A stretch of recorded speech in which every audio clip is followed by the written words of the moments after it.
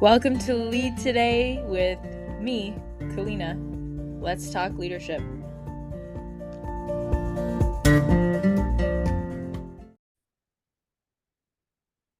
All right, everyone, welcome back. We are continuing along. I'm going to do what I can to continue to give the Coles notes here, although the more I dive in, the more I kind of go down the rabbit hole. But let's try to keep this to the point. So in this chapter, we're talking about the individual's understanding of himself. And funnily enough, Jung starts with man being an enigma to himself, which is a riddle, an inexplicable kind of puzzle, ambiguous. And his argumentation is that it's because he lacks the means of comparison necessary for self-knowledge because he's unique on Earth. Can't compare himself to other animals because of the psyche, because humans have the psyche. And he posits that humans need quasi-human mammals, or that aliens from other stars could be that comparison. And we do see that, don't we, in the public kind of discourse, people wanting aliens that kind of are smarter than humans to compare themselves to. It's interesting, aliens are always kind of smarter, more advanced technologically than humans in most movies. It's not like a bacterial strain or animal or fish. It's always kind of this humanoid type thing. So anyways, that's interesting. But he says that the psyche is an insolvable puzzle, incomprehensible wonder. It's perplexing, like all of nature's secrets. What's interesting, though, is, to me at least, if it's this, this puzzle, really our human nature seeks for us to, finish the puzzle, right? Put together all the pieces, understand every single nook and cranny. And yet I wonder if the whole idea of it being this unsolvable riddle or puzzle is, there is meant to be a secret component. There's meant to be a piece that's under the surface that we don't particularly understand in its entirety, because if we put together the whole puzzle, similar to how children, when they finish a game, right, it's like, okay, it's not fun anymore. And so if it is this vast, inexplicable, kind of ever-changing or just vast network under the surface in our minds that we can't map every single nook and cranny out, then maybe that's the whole point of it. You know what I mean? Because if we know our conscious minds and we understand what we're thinking consciously, most of the time at least, then we do need that kind of polarity of this under the surface part that we don't. At least that's just a question I'd put to you, right? Do we need to understand all parts of the psyche? Can we have this incomprehensible wonder and secret that we look at sort of mystified? Something to consider. So he says psychology, the newest science, needed to be freed from mythological ideas, mere biochemical processes of the brain, and unapproachable hidden matter. So the psyche is the phenomenon of consciousness of the individual. It's a precondition of being. Everything exists in the conscious. Individual is only immediate manifest of psyche. So he continues to go on back to the church.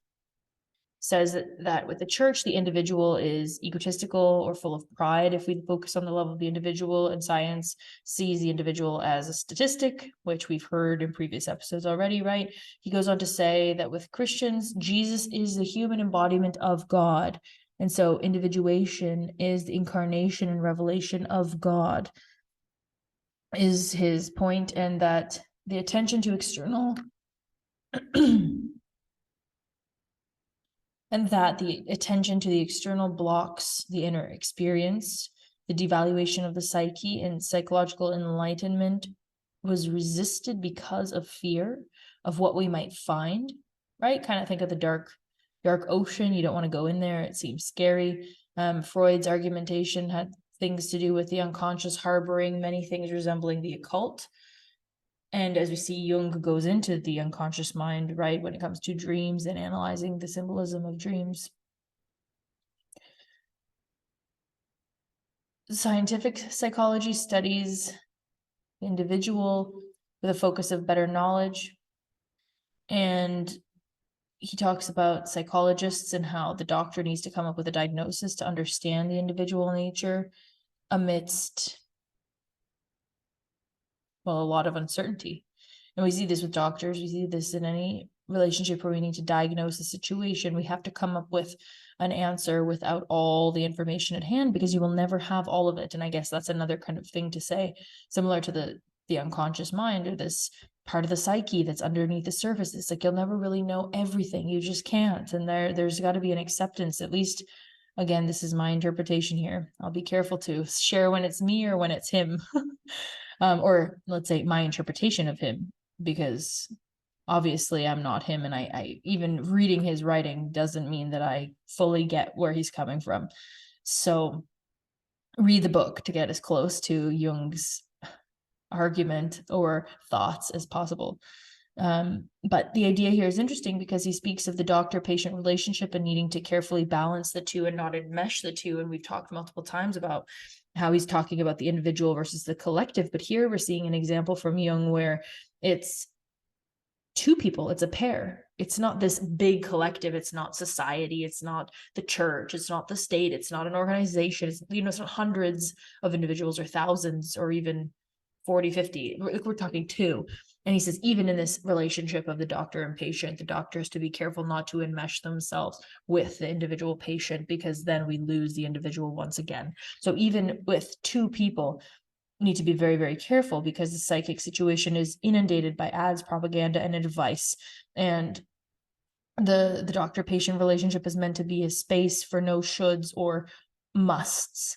And what that does is allows the client to stand on their own 2 feet and acquire a certainty of judgment, act on their own insights and decisions. And we certainly see this in coaching. It's a similar premise of, I have to hold myself back from telling people what to do all the time, because I think I know better. And but who am I, right? What I do see is patterns.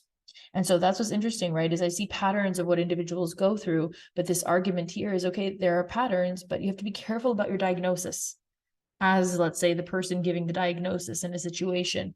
And the best thing you can do is not give the musts and the shoulds, but rather convey the information, let's say, or hold a space for the person, and be very, very careful not to enmesh yourself. And you enmesh yourself as a coach and therapist, at the very least, by deciding what they should do. And then the individual is able to abdicate their responsibility, right? They're able to abdicate their responsibility for themselves because, well, my therapist told me to do it. And we talked about this in the last episode. Remember, anytime somebody is taking on your responsibility for yourself and saying, don't worry, here's how to do it, or I'll take care of it, right? And advice is something like that. When someone says, here's what you should do, they are taking your individual responsibility. Now, of course, as the individual getting the advice, if someone in your family or your friend or a professional is giving you advice, you can decide what you do with that, right? You can decide how much of that you take in. That's up to you. Of course.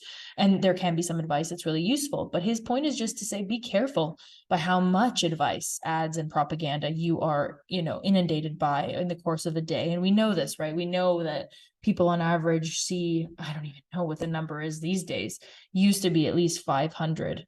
But now, who knows, with social media use, but you see all kinds of ads and things just trying to get your attention. So just being careful, because he posits that the banding together into groups is the extinction of the individual. So it makes it succumb so readily to a dictator. Interestingly enough, a group in this case can even be 2 people.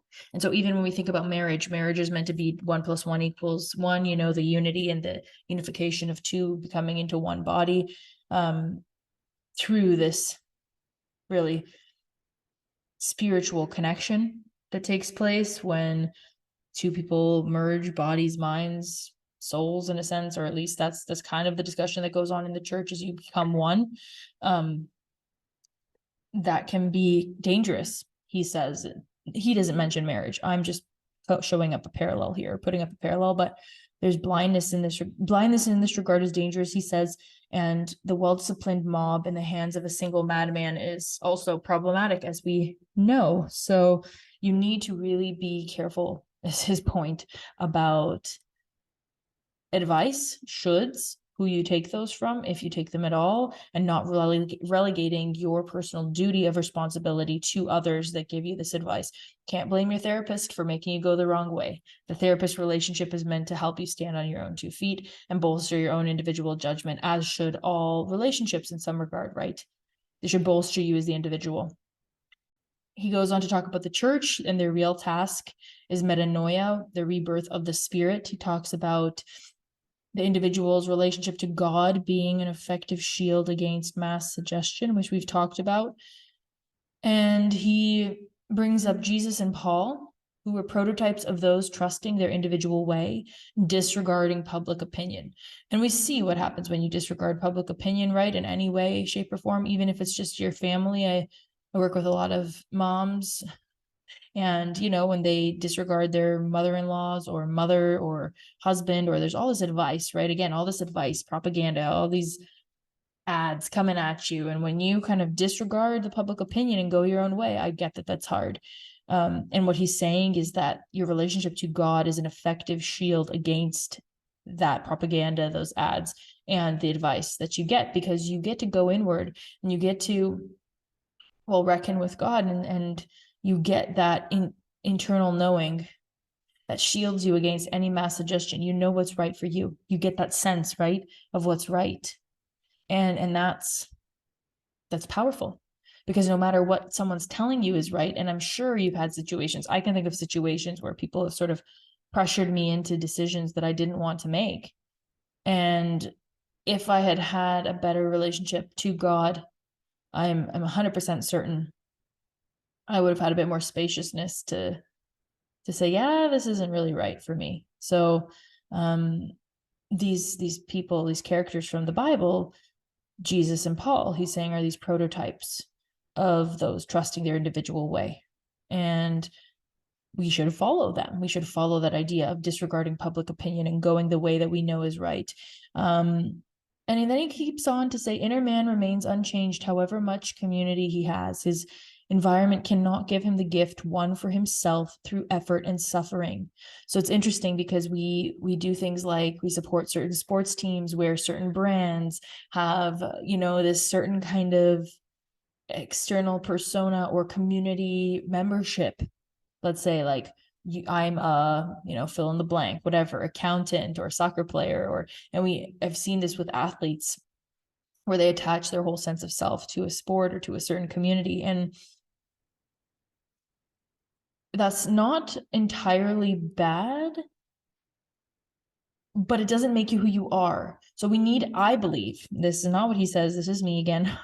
I believe that we need community in a sense of belonging, but he's saying that the inner man remains unchanged. So no matter which communities you're a part of, your environment will not give you the gift that you win for yourself through effort and suffering, through this idea of taking responsibility for your efforts in your life and what you give to it, and the duty of responsibility for your life.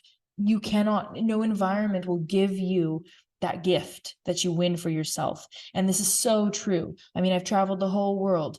Not the whole world. I've traveled a lot.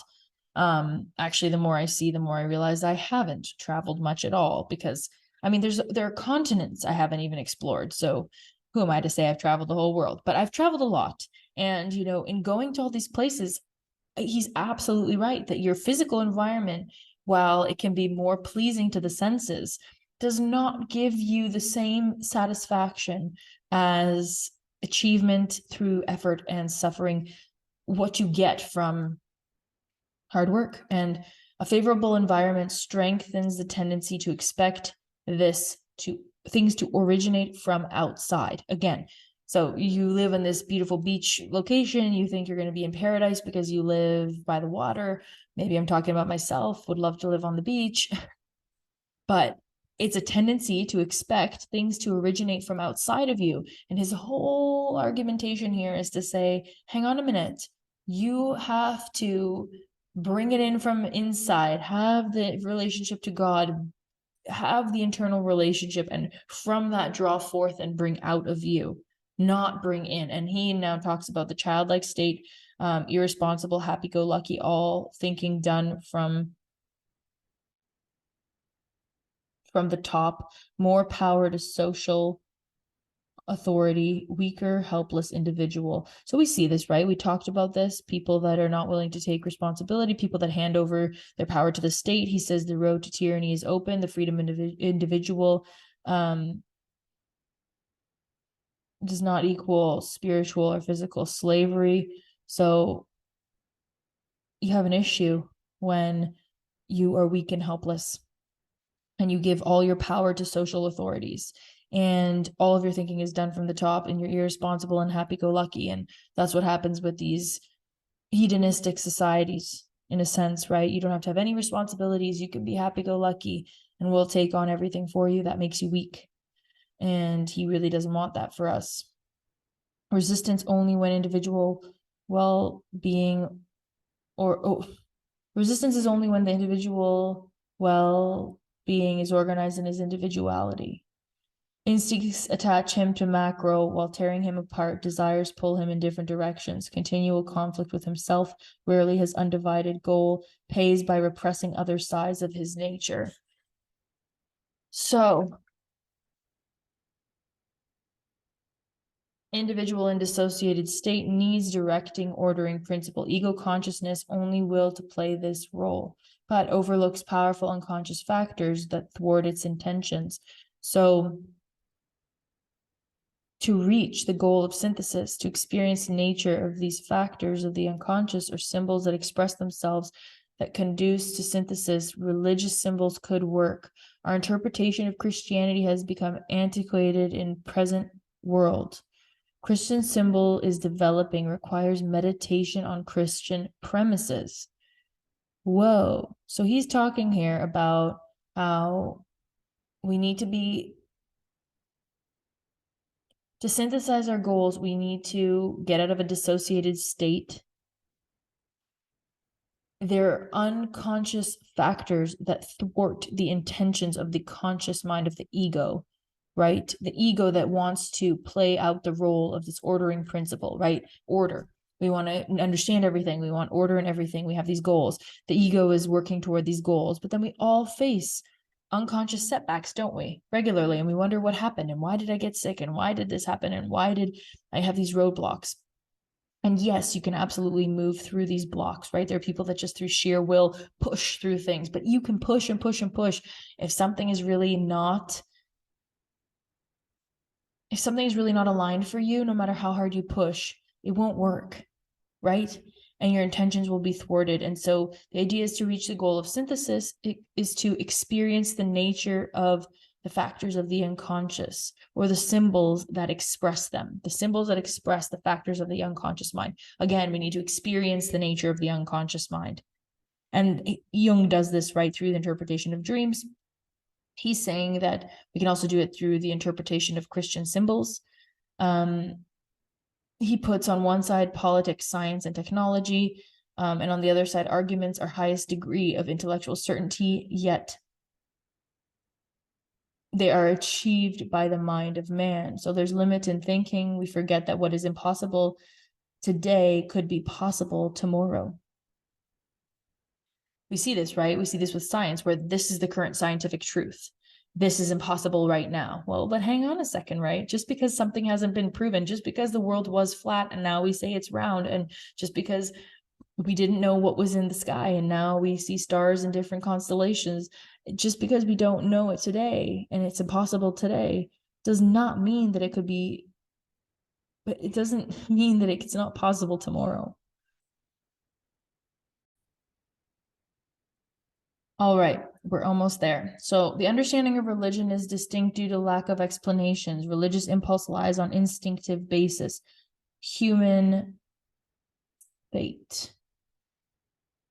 Interesting, he mentions demonic energy here. He talks about money, work, political influence, natural human loss, the disturbance results, neuroticism, dissociation of personality like iron curtain, barbed wire line in psyche of man.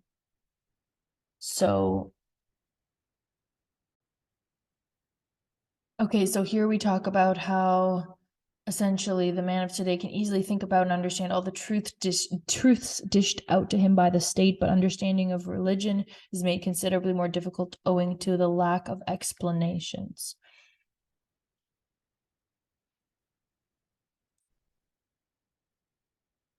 So the idea is that we need to understand better the symbolism of religion, I think. And he says, do you understand what you were reading? And he said, how can I unless someone guides me? Acts 8:30. So when any natural human function gets lost, that is denied conscious and intentional expression, a general disturbance results. The leaders of the mass state cannot avoid being deified, and whatever crudités of this kind have not yet been put over by force, obsessive factors rise in their stead, charged with demonic energy.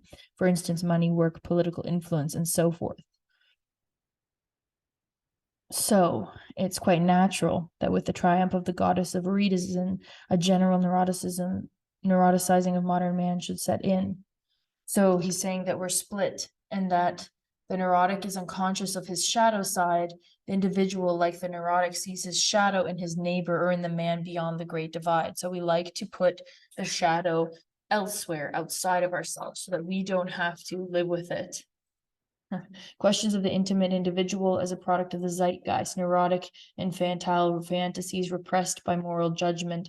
The activation of unconscious fantasies occurs when consciousness finds itself in critical situation. Neurosis' childhood fantasy reappears. It emanates from parents, poisonous atmospheres producing conflicts of upset and upsets the balance of the child. So the instinct is original, hereditary, age-old, archetypal, even older and more conservative than body's form. Need to remold archetypal forms into ideas that are adequate to challenge the challenges of the present. Their form is an image. And he gives an example of the yucca moth, knows to fertilize and recognize its total situation, attuned to definite adaptations. So here he's talking about how essentially the West and the East are divided, so are the conscious and unconscious minds, and there's this threshold, and we like to put the shadow onto others, the evils of the world onto others. And he goes into this idea of our questions in our own minds being a product of the zeitgeist of the times around us, and that there are these repressed moral judgments, repressed fantasies, infantile fantasies. And it's when the conscious is in a critical situation. And it comes from when we were children. So this part, I don't know what to make of it in the context of the bigger picture of this chapter, to be completely frank with you, other than we have this instinct of these archetypal forms that come up in our, dreams from his perspective, and he doesn't say this in this book, but that's what he does, right, is analyze dreams. And so we need to remold archetypal forms into ideas that are adequate to the challenges of the present. Their form is an image, these instincts that we have, right? And we have these fantasies, these childhood repressed fantasies that can emanate from these difficult situations that upset the balance of us in the childhood. They can come back up into adulthood, it seems to be, and that these instincts are age-old and archetypal. So they're not just ours, they're kind of these themes that come up through the times and will continue, but we need forms, archetypal forms that are ideas that make sense for the times. And so earlier he was talking about Christian symbols, and perhaps he has an idea of, something that could be better, which seems to be what he does with dreams, right? I mean, he's not saying it here, but I think he thinks that dreams are the answer based on what he does. Because at the end of this chapter, he essentially says, if the flow of instinctive dynamism into our life is to be maintained, as is absolutely necessary for our existence, then it is imperative that we remold those archetypal forms into ideas which are adequate to the challenge of the present. And that's the end of the chapter. And this chapter is all about, as we talked about, right, the individual's understanding of himself.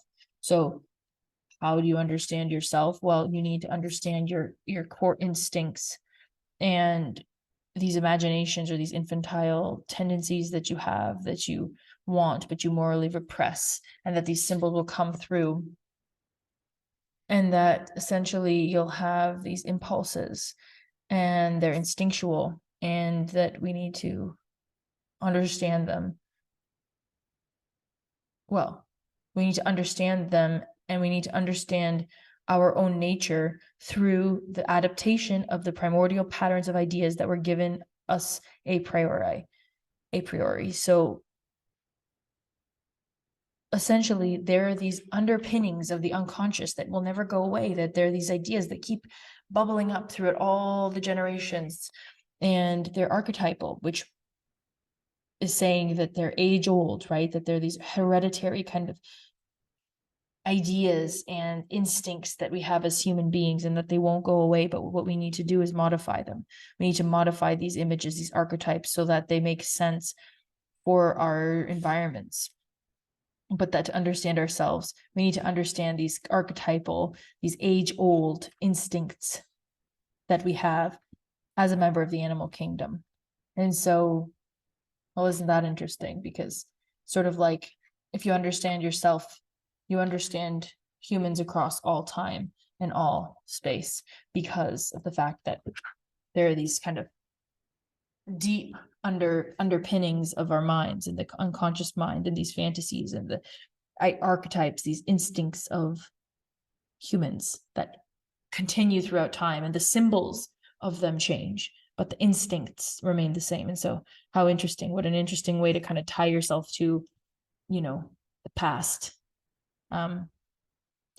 Which if you ever worked with a Jungian analyst, I mean, it's all about the symbols, it's all about the archetypes. And so he's setting himself up there in a sense, I think, to say how he goes about understanding the individual self, which is through understanding these instincts that, interestingly enough, are age old. So, hey, you're a puzzle, you're difficult to understand, you might not understand yourself ever, but you can tap into this instinctual, transcending time set of archetypes and images that come to you via your dreams, which he doesn't really mention in this chapter, but that is where he does his work. And you can maybe tap into some of these ideas that are under the surface for you. So, of course, if you want to work with someone on that, I am not a Jungian analyst, but certainly there are many out there. You can look one up, or you can read this book. It's linked in the show notes. And if you're enjoying this series and me meandering through these ideas that are complex at best, I would really love it if you left a review. I'd love it if you subscribe to the show, or share this with somebody that you think would be interested, because that's exactly how this show continues to spread to interested individuals. So please do share. Thank you for listening and taking the time, and I'll see you in the next episode where we talk chapter 5. What is chapter 5?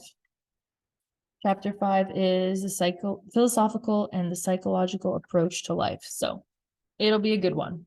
Hope to see you there, and take good care until next time.